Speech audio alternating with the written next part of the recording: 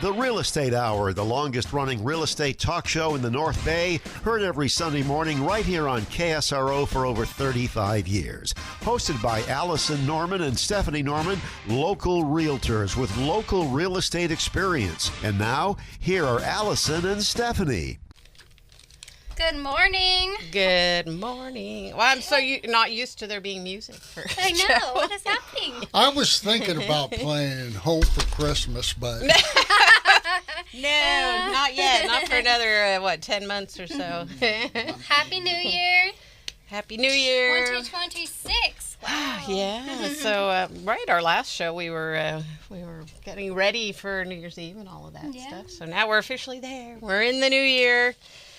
So lots of interesting things going on in the world, and As always. as always, but we're going to focus on what's happening in real estate, and really kind of we have our usual look at what happened, what's currently active on the market, what's in escrow, what's going on, what happened last week. Stephanie has some interesting numbers on that, because last week was the week between Christmas and New Year's, essentially. Right. We're a little off because we're Sunday to Sunday, but it was basically looking at what happened in that week, and where everyone thinks that we all just go home and don't do anything. There's still things happening. There's still real estate happening.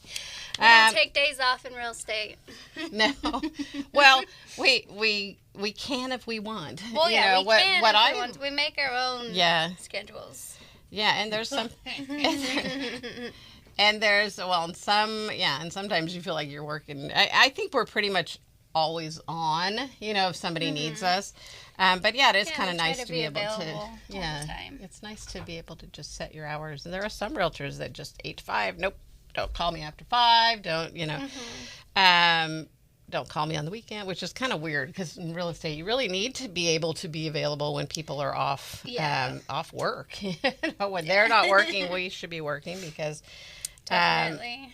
That's when you're available to go look at a house or go, talk to a lender. And anyway, but what's kind of cool about real estate as a career and profession is that you can really kind of set the way you want to work, and how much you want to work, and how, I was going to say how hard you want to work. If you don't work hard, you're not going to really, so there's some people that kind of do it as a side hustle, and it's really, and people do it, and I guess it works, but really to be in the market and know what's going on and understand what's happening and really know all the other realtors in the community and the lenders and all that, it's really helpful to be a full-time realtor.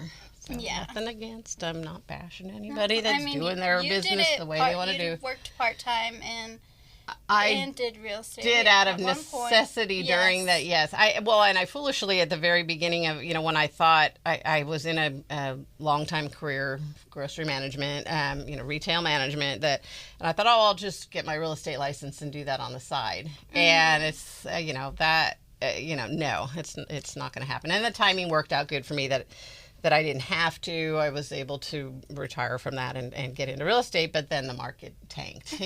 So everyone's all, what are you doing? And I'm like, I don't know. I've already started the process. I'm going for it. And obviously here I am, almost 19 years later. But in fact, January, what is today? The 4th. Okay, 4th. So January 6th, 2007, I believe. I think I passed my test in 2006, got my license in January 6, 2007.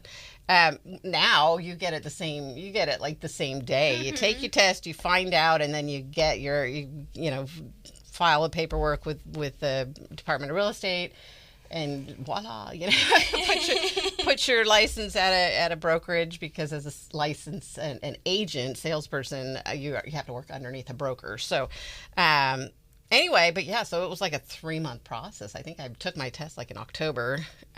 Anyway, coming up on, I think it'll be, 17, 19, 20? Yeah, it'll be 19 years. Sorry, I had to do some math real quick. Wow. But I forgot where I was going. Oh, so in the middle of that, when the market tanked, I was literally working like 80 hours a week, I think, because I went back to, I had to make some money, because as a new agent with the market like it was, it was tough. So, yes, do what you got to do. So I'm not saying, somebody that works a second job or has and especially right now because the market's been weird and there's a lot of, good long-time agents that are really struggling. So anyway, I don't know where I was going with that, but my point is, because you said we work all the time, and so I said, well, if we choose to work all the time, we do.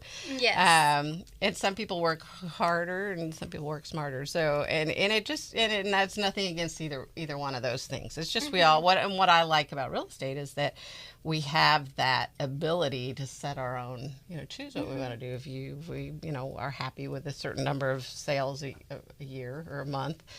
And would rather spend time doing other stuff with family or, hobbies and whatnot.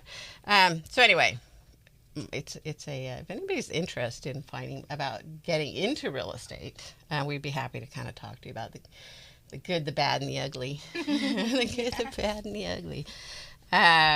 Because I've been through several markets and like I said, I got into it. And my question to the broker when I first started wasn't the broker I'm with now, but I said, am I gonna be okay?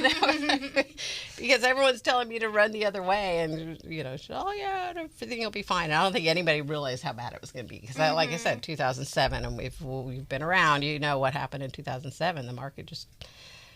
Everything fell out from under everyone. That's when all the short sales started, and the foreclosures, and it was just it was kind of a collapse of everything. But anyway, it's perseverance. But it's a fun career, and we enjoy it. And we got way off track, but Hey, well, but anyway, back on track. So my point is, if you're considering a career in real estate, we'd be happy to chat with you and kind of, like I said, give you the good, the bad, and the ugly. Okay, so we are going to today, like I said, we're going to talk about the market and what's happening in this month where people think nothing happens. Taking a look, which it does. If you look at our numbers, there are sales happening. There's things. Don't wait till spring to look for a house or put your house on the market because things are always moving around. People are always looking to buy. Yeah, there's buyers actively out there looking, wishing there was more inventory. Mm-hmm. And then we're going to take a look at what happened last December versus this December, or vice versa, and kind of have a market overview. And I don't know how deep I want to get into it, and it may be something that we just post on Facebook, but looking back to 2019, because I think we're kind of in the market where we were in 2019 before COVID. Mm-hmm. Interest rates are a little higher, but they are coming down, which is nice. But if you look, the 2019 market was kind of slowing down. It was like getting a little scary. We were heading into election and all of that, there was a lot of people concerned about what was happening in 2019. And then 2020 COVID was, everyone's, oh my gosh, it's, everything's going to just fall apart and collapse. And it did the complete opposite. So we're in a similar market. However, as the 2019, I think, 2018, 19. However, the values of homes just skyrocketed from mid 2020, 21, 22. When was it that the interest rates went up? I think it was 23.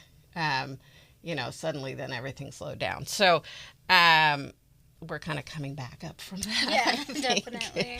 So it's been a wild roller coaster of a ride. What else were we going to talk about today? We've got some, we brushed over the new laws in 2026 affecting real estate. I wanted to take a little bit of a deeper dive on that. And we had some loans we were going to talk about. Yeah, what was it? The USDA loan is one that we kind of mention randomly once in a while.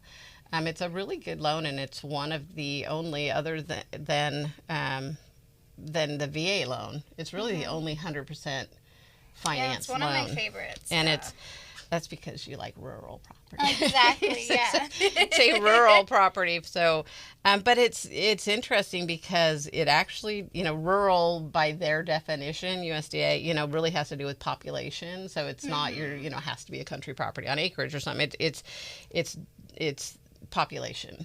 and how close it is to a heavily populated area. So, and there's a lot of good lenders here in town that do USDA. Well, it's just one of their options. And if it's a loan that you're interested in, you see a property that you're like, oh, maybe I should look into that. You can put the address in on the website's called? Yeah, I think it's we have it and we'll give it to Joe, but it's it's I think the you just look USDA.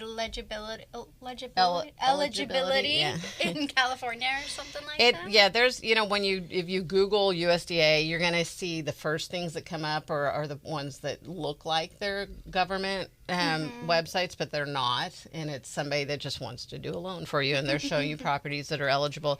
There's several different USDA loans, and then in California there's the Cal HFA or Cal HAFA, you might hear it called, that actually works with the USDA to not only you get the 100% financing of the USDA loan, you also have the Cal HAFA they have some down payment assistance programs. So there's a really good combination of stuff. The only problem with a 100% finance loan is that now your monthly payment might be higher or will be higher because you don't have any money down. So that loan amount is the full amount. So it's a higher amount than it would be if you had a down payment. So you just have to qualify for that. Also with the USDA loan, you have, there's some income eligibility things. So we'll talk about that in more detail after our break. And then... Oh, what were you going to say? No, you do it. I was just going to mention that I always talk about events in Sonoma County, and I recommend looking up Happening Sonoma County. Well, they are now happening local. It's almost as if, and we should look into it, it's almost as if Go Local, which is... I believe so, kind of took that over. It does show up Go Local. So if you're looking for that, that's what it is now, is Happening Local. There you go. Not just Happening Sonoma County. So Happening Local. And then Go Local it's like a chamber of commerce, but it's different, and it's just a local, it supports local businesses. We have been members. I think it may have lapsed. We need to join that again because it's a really good organization. Yeah, definitely. Really supporting local. And even though we're with an international company under the umbrella of that, I actually kind of had to fight with them to say, not fight, but had to state our case really that we're a local real estate team. Our brokerage is local, even though we are a franchise company. We're still local. So they did allow us to join Go Local because we are a local company. Yes. With the support of an international company. And we love supporting local. Yes, we do. Anyway, we're gonna have to take a break. So let's take a quick break. When we come back, we'll talk about that, and then we've got some other new laws that I kind of brushed over and wanted to take a little deeper, I think I mentioned that, deeper dive on that. But we'll talk about all that when we get back. I'm Allison Norman. I'm Stephanie Norman. We're the Norman Home Team, and you're listening to the Real Estate Hour. Be right back. Good morning. Oh, I'm too close to my microphone or something. There we go. Good morning. Might have been me. Good morning. Good morning. Good morning. Welcome back. We're kind of all over the place this morning, but mainly we're gonna this year be, or not really this month, I guess we're kind of focused. It may sound like all talk about is buyers, because we really do. I mean, there's a lot of people that really have goals and would love to buy a home in Sonoma County or one of the neighboring counties in 2026, or maybe they wish that they had in 2025 or back in 2019. We also work with sellers. We love to help you get your home sold. We especially love to help you kind of figure out what you need to do and what you don't need to do so that you're not overspending or over improving your house to where you're not going to get the money back. And then also kind of help you figure out that little puzzle of what to do first. What to do if you you really want to buy a new house, move into a different house, or you need to, or maybe you need to move closer to family, or you have family you need to have move closer to you. All of those things that we like to kind of help you figure that out, and happy to sit down, no charge, just to kind of go over things with you.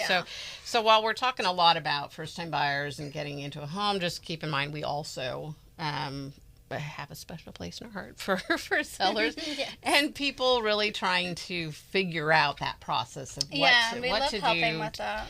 we want to be here, but we are stuck And here. sometimes selling your house isn't the best option for you, and we will tell you which one is best. Right. Yeah. What makes most sense for you. We're not there to no just say, no, obligation. sell your house. There's there's no other choice. But no, honestly, we are here to help. renting out and building that, generational wealth by keeping that first rental, the first property, turning it into a rental. Mm-hmm. There's a lot of different things, strategies that we can go over with you. So anyway, in the meantime, that being said, we are going to talk about first-time buyers.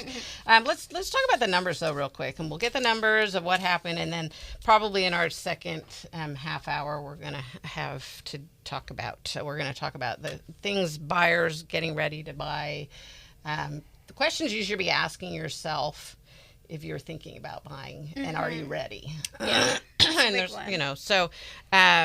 so anyway, let's get the numbers out, talk about what happened in real estate this last week also, but what's currently active on the market right now in real estate here in Sonoma County. These are across the board numbers. We can break those down for you and really get hyper focused on your neighborhood or a neighborhood you're interested in buying in, or maybe you have an investment property. You're curious what's going on in that area and that neighborhood. We can break those down, and really get hyper focused on your specific need. But this is a broad look at Sonoma County. So, single family homes currently active on the market. There's 474 right now. That number is low, and like we said, there are a lot of buyers out there looking right now. So if you're thinking about putting your house on the market, it really is a good time. Don't wait until spring, because that's what other people are doing, and then you won't be as appealing as the only listing. Yeah, you want to stand out, not blend in. Exactly. So there's 474 active single family homes in Sonoma County right now. The median price $1,175,000. And then, median price $1,175,000. And then in escrow, single family homes are 192. That's a really low number, and so is the inventory. We're in that holiday where people think nothing happens, but it would if we would just make things available for them to happen. But anyway, so it's normal that those numbers are a little low. Hopefully we'll see those coming up, but we don't want them to go too high, because then you run into that other problem of having too much inventory. So median price of what's in escrow is $830,000 of the single family homes. Condos, we have 83 active condos on the market with 36 in escrow. Mobile homes, we have 66 active on the market with 26 in escrow. Multi-units, there are 88 2 to 4 bedroom units, whether it's duplex, triplex, fourplex, or multiple structures on one property. And then 88 and then 13 in escrow. And then land, buildable residential land, we have 245 active listings. That number is actually down a little bit as well, with 32 in escrow, and that's pretty normal for that number. So that's actively, that's what's happening in the market right now. Let's get what happened last week, and then I also have the numbers from December. So, alrighty. So, single-family residential, Sonoma County, from last Sunday to this Sunday, we have new listings, 29, with an average median list price of $750,000.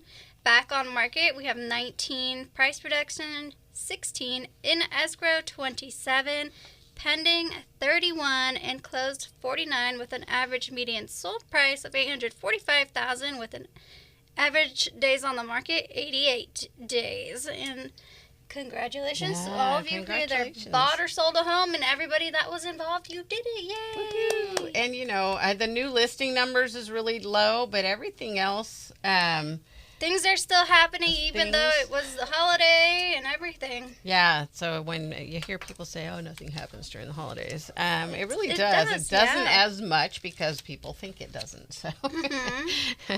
Or they don't want to. And if you're not ready to put your house on the market, or you don't want your house on the market during the holidays, or you don't want to look for a home during the holidays, I don't know why you wouldn't want to look for a home, because it really is a good time to look for a home, especially. But putting your house on the market, too.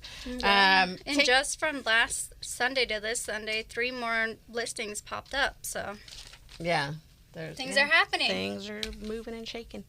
Actually, more than 3. Sorry, it was 16 to 29. That's a lot. Yeah, well, those are week to week, though, right? So yeah. So, but yeah, there are continuously each week more homes coming on the market. So yay. Yay for inventory. Okay, taking a quick look at what happened in December this year versus what happened in December last year. It really isn't a huge difference. We actually sold more homes in December of this year than we did last year. We being the collective we in Sonoma County. 268 single-family homes sold in December of 2025. 241 sold in December of 2024. The median home price is last year was $850,000. This year, $840,000. So, and that's the median. It just means more homes sold in the lower end than the higher end. And we saw that. You can physically, visibly see it if you're out in the market, that the higher end homes are sitting longer on the market. So, this last year was really a year of the lower inventory selling over the higher, and a lot of time on the market for the higher priced listings. What's interesting though is of the original list price last year was a median was $860 and then sold $850. The median list price this year in December was $882,000 and then sold price $840. So what that means is we had more price reductions, more things that started out higher, but then when they sold, by the time they sold for less. So, and if you're trying to follow these numbers, we will have them posted on our Facebook page, The Real Estate Hour with Allison and Stephanie Norman. Perfect. Okay, Joe, I hear you whispering over there. Okay. a lot of sighs and whispers from Joe in the side commentary. Are you still recovering from the 49ers game? Oh, I'm over that. Okay. They still play next week. Oh, good. Okay, so we'll post all of these. The rest of the condo, mobile home, multi-unit land, really very similar, although multi-units we sold a lot more this year than we did last year. But we'll post them on the Facebook page because we're out of time. I'm Allison Norman. I'm Stephanie Norman. We're the Norman Home Team. You're listening to the Real Estate Hour. We're going to take a quick break. We'll be right back. Good morning. Good morning. We're back. It is the Real Estate Hour. We're just having a conversation about what all these numbers mean. And, we do throw out a lot of numbers and just, the difference between what's active on the market, what's in escrow, and what's sold. Usually in the news, what you hear is the median price of homes is what's sold because that's the true value. The rest of it is, speculative. It's what somebody wants to sell their house for, and a little bit of what it's worth, but really it's worth what somebody's willing to pay for it. But usually when you hear on the news or, out there anywhere, when you hear median price of homes, and median is the middle. So there's more higher end, there's more lower end. It's right in the middle. And so that needle kind of moves up and down as higher priced homes sell or come on the market.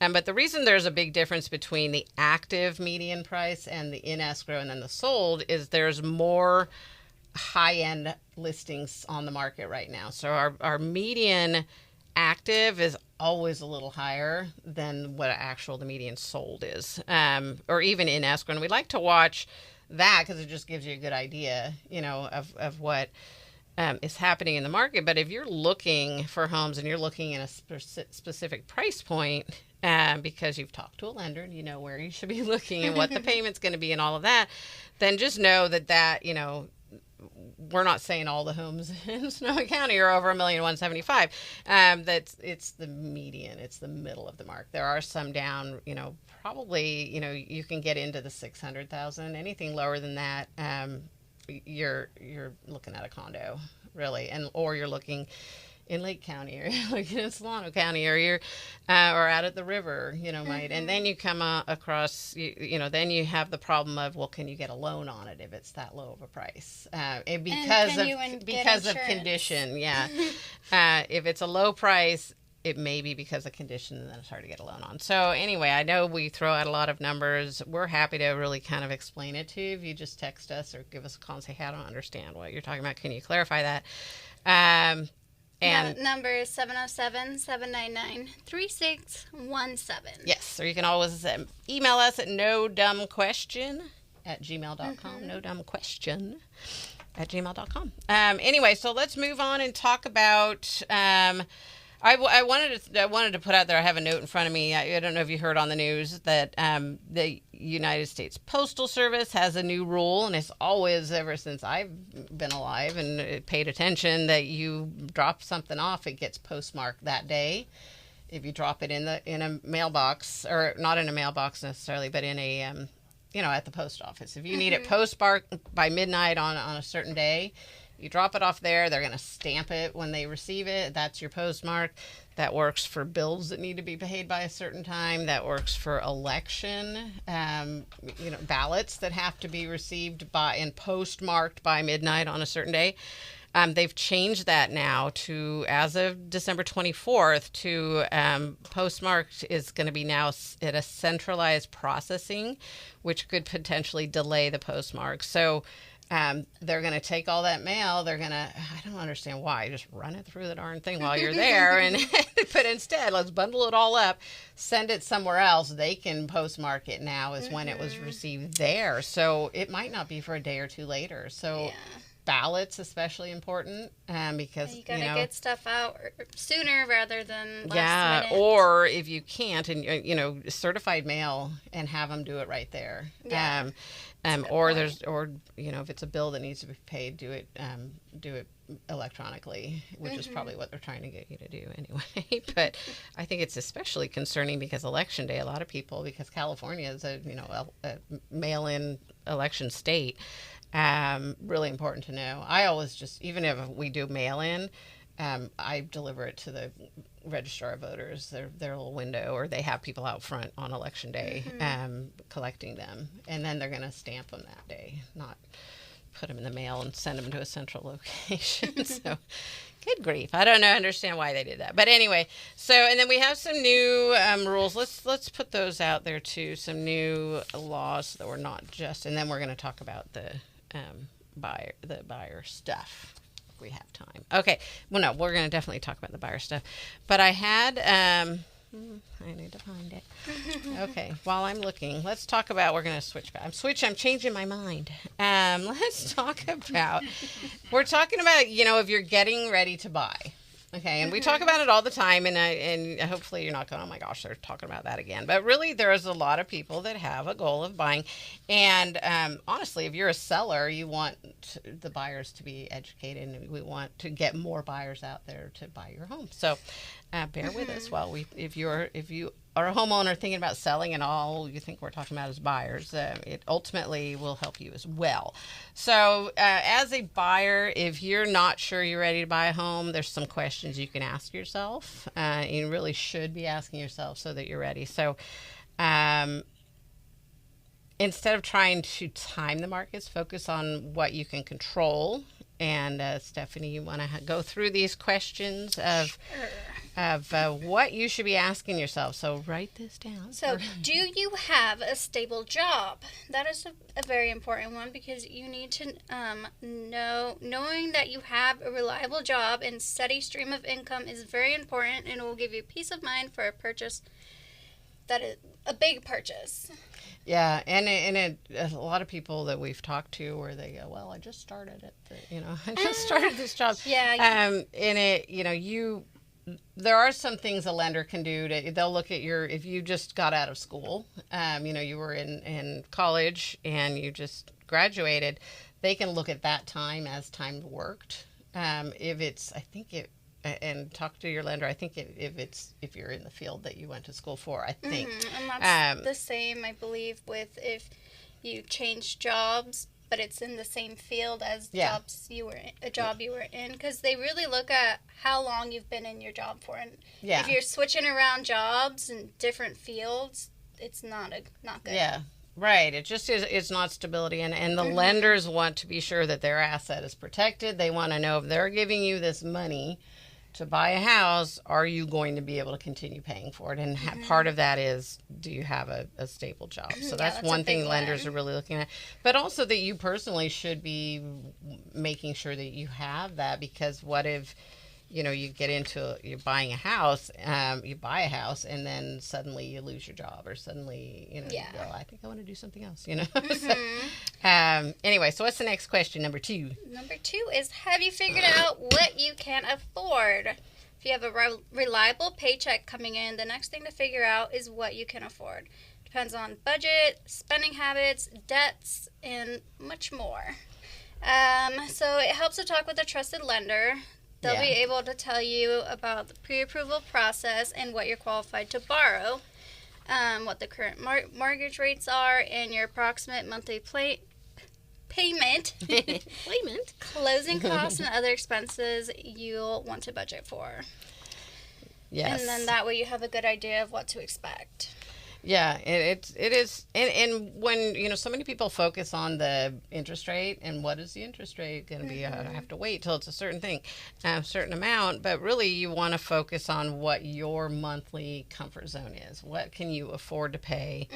And you really talk to a lender and see what. And so be looking at the monthly payment rather than the long term. What is the interest rate going to be? Because really what matters most to you is how much you're going to be paying every month, and can you afford it? And a lender can help you figure that out. So talk to a lender. Don't be afraid to talk to a lender, because they're there to help you. They're not going to push you to buy a house. Yes.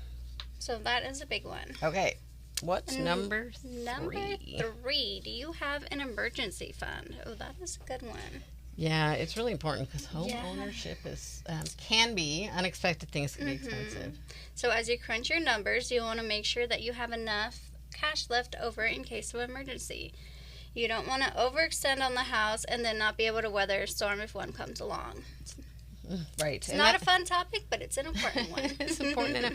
And it really, and some lenders, most lenders require that you have a certain amount of reserve, because they know that things can come up, and they don't. Again, they want to be able to. They want you to be able to make your monthly payment, so they don't have to take the house back. And then again, I was just gonna mention, if you don't have that, don't be afraid to talk to a lender, because they can help you figure it out and how you could start that emergency fund and figure all of that out. And it's also really important to have a home warranty, I think. I mean, I have one, and I've been in my house for 24 years now. 24? Yeah. I have one that I renew every year, and I have used it. It's pretty inexpensive, but either ask the seller for it, depending, and talk to your agent if you're not working with us. But and does it make sense to ask the seller to pay for the home warranty? If it's a competitive offer, I would say just pay for the home warranty yourself, because that every little bit that you ask for in an offer, you're taking value away. You're taking away from the seller's net, and that's what they're most concerned about. So, anyway, but have a home warranty, because that'll help, because things do come up inevitably always. Yes. Okay, definitely. what's number 4? Number 4 is, how long do you plan to live there? So, as mentioned, buying a home comes with some upfront expenses, and while you get that money back and more as you gain equity, that process takes some time. If you plan to move again soon, you may not recoup your full investment. Yeah, so it depends on the house you're buying too, and all of that, and the closing costs, and that's another one. Talk to a lender, talk to your financial advisor, talk to your tax person. If you're not going to be there for more than a year, it may not make sense to buy right now. So, but on average, people stay in their home for between 5 and 10 years. That's kind of has been for a really long time. That's what it's been. I'm different, because I've been in mine for 25 years. Yeah. But I know a lot of people that have been in their homes for a long time. So, and it all depends. But also, I would say, remember that this house doesn't have to be your forever home. It doesn't have to have everything you've always dreamed for in a home. It's, what are you comfortable with for now? And can you build on it? Can you, So I think that's an important question, how long you want to be there, but also keep in mind it doesn't have to be it could be even forever home. Yeah, and you could be in it for even 3 years, and if the home appreciates Mm-hmm. like a good amount, you could use that Yeah, as that a helps bet. you. Yeah, it'll help you. It'll help you, and even if it doesn't, it's okay. It was a place. It Yes. was a place to live. Yes, definitely. And you'll get, if you put money down, then you get that money as that's now equity. And as long as the prices don't go down, then you're okay. Yeah. So there's a lot to think about and a lot to talk about with your realtor and with a lender. So what's number 5? Number 5. Do you have a team of real estate professionals in place? If not, we can help you. Absolutely, and we can recommend a good lender for you as well too. Yes. So it really is important to have that ahead of time. Yeah. I know. It really is, because a lot of people go, "Oh, I'm just starting to look." It's like, Yeah. well, talk to somebody. We're not going to Yes. force you into anything. So Definitely not. And I just wanted to throw in there that if you're using a real estate agent and you're looking outside of the area, it's very important to use a local real estate agent. yeah, And if you're looking outside of Sonoma County, we have some really great realtors we can refer to you, and they can help you. Because when you are working with an outside of the area realtor and you put in an offer and the realtor's like, oh, who is this? Who's Who is this this agent? Yeah. how can I trust that they're they know what they're doing and that they're going to follow through and they're going to get it done? Seller's realtor, we're going to kind of protect them on what offers they get and accept. Yeah, and We'll never tell ultimately them it's- which one not to accept. It's their but decision, but we our like to advise right, them. our advice. And so, yeah, it is important, especially if it's in a competitive market, that you have a realtor that's local. So if you're looking outside of the areas that we service, which are, parts of Mendocino County, parts, and I say parts because there are some parts that we're not comfortable with because we don't really know the market, so we're going to recommend somebody else to you. There's some areas in Napa that we cover. There are all of Sonoma County, all of Marin County, and then most of Lake County. There's a couple areas in Lake County where it's far away. It's I'm not familiar with the market. We don't know all the little intricacies of all the issues they're having with insurance and everything else.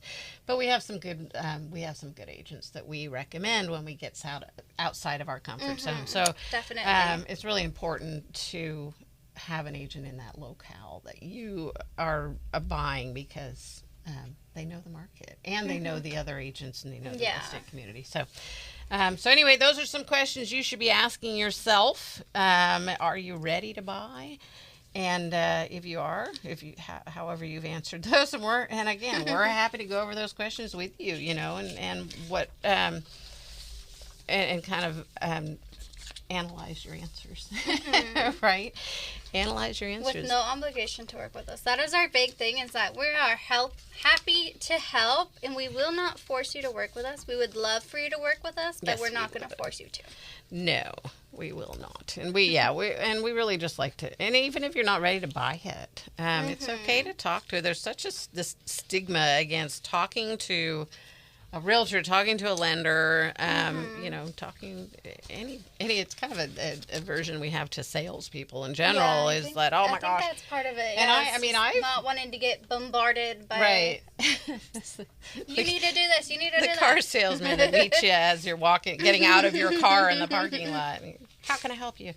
But even then, when I put in furniture stores, stuff like that, I put my guard up too, and I go, oh no, I'm not ready. I'm just looking, and then I'm like, well, actually, I really could use this person's help, And instead of just instantly saying no, we're not ready, we don't want to talk to you. I know you're going to bother me, all of that. It's like, change your mindset that these people we're here to help.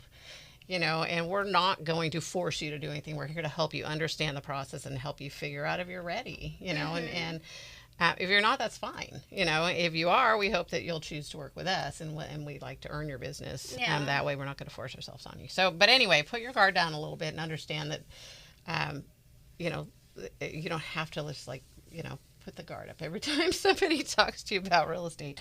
No, we're not ready. It's like, but it's okay. And, on that note, we are I hadn't mentioned, or we've been talking about our workshops and kind of learning series that we have coming up. I don't know if they're presentations, workshops. I like to say workshops because I think that there's going to be some involvement on the person that's, on the attendee.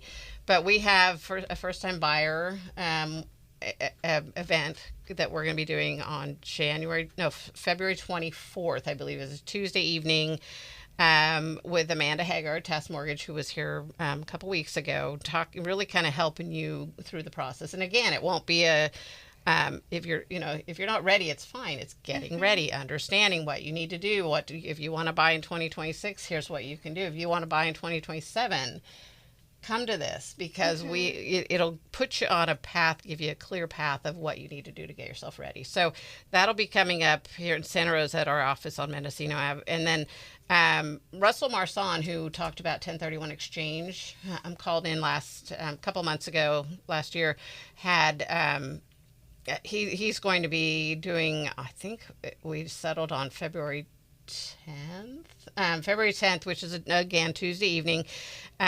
If you are thinking about doing an exchange, if you have an investment property, or you want to kind of start learning about doing all of that, he's going to be coming into our office and doing an evening presentation for anybody that's interested in 1031 exchange.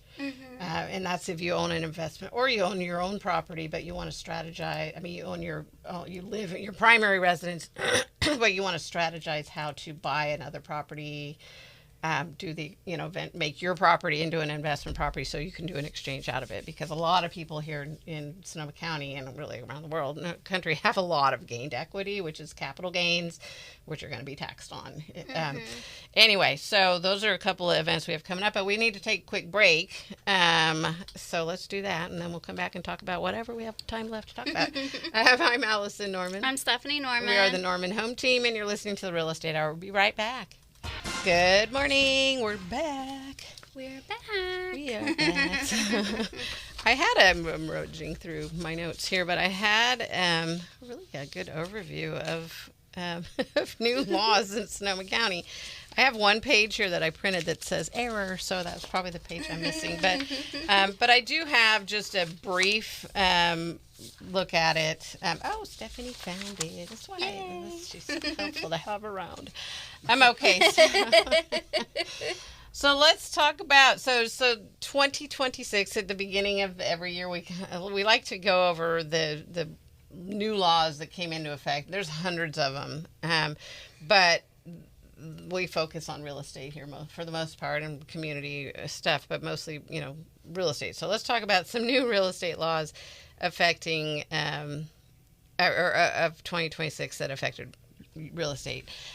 So there are some new disclosure rules, and you might think that just affects realtors, but really it protects everybody, and it's good to know if you're selling your home that these are some rules that your realtor needs to be following.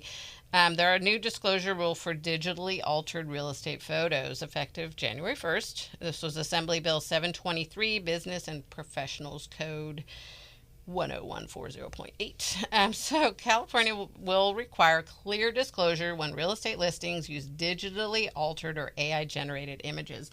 And this is really important. I mean, it's good to have good pictures to, draw people to your listing, to your house, to, and you want them to come look at it, but then they get there and they go, oh my God, what is this? This isn't the house I looked at. And even like overly wide angle lenses and all of that, it's really deceiving. And I've heard so many times, and I'm sure you have too, is people say, is this the same house? Yeah. And so it is required. And there's a lot of good programs, especially with AI now, that will put furniture in a home for photos, and it's a good idea. A lot of times what you'll see is a picture of the room with furniture and then a picture without, and the one without is this is what the house really looks like right now. The other one is what it could look like, because there are people that cannot in their minds visualize where furniture would go, what this house would look like furnished. So that's why we always recommend staging. But if you can't afford or don't want to spend the money on staging, the virtual photos is a good idea. But just remember, eventually the goal is to get people to your house to actually see the house, like it, want to put an offer in on it. So there can't be such a big disconnect between what they see when they get there and what they see on and if there is, they need to know ahead of time by saying this is a digitally altered photo. Okay, so there's that. There's that one. There is there's a new disclosure requirement for tobacco and nicotine residue This again, if you're selling your home, Assembly Bill 455. And this is starting January 1st, 2026. Sellers of residential property in California must disclose any known tobacco or nicotine residue and any known history of smoking activity on the premises. So I believe that is... it says this requirement applies to transactions where a transfer disclosure statement is required. So this is required every person that sells a home, unless it's a trust sale and they don't know. Then there's an alternative where there's like 10 questions that have to be answered. Everything else, it's like, well, I don't know. Even if you're a landlord, it's your home, but you don't live there. It's an investment property. You still have to fill out this transfer disclosure statement.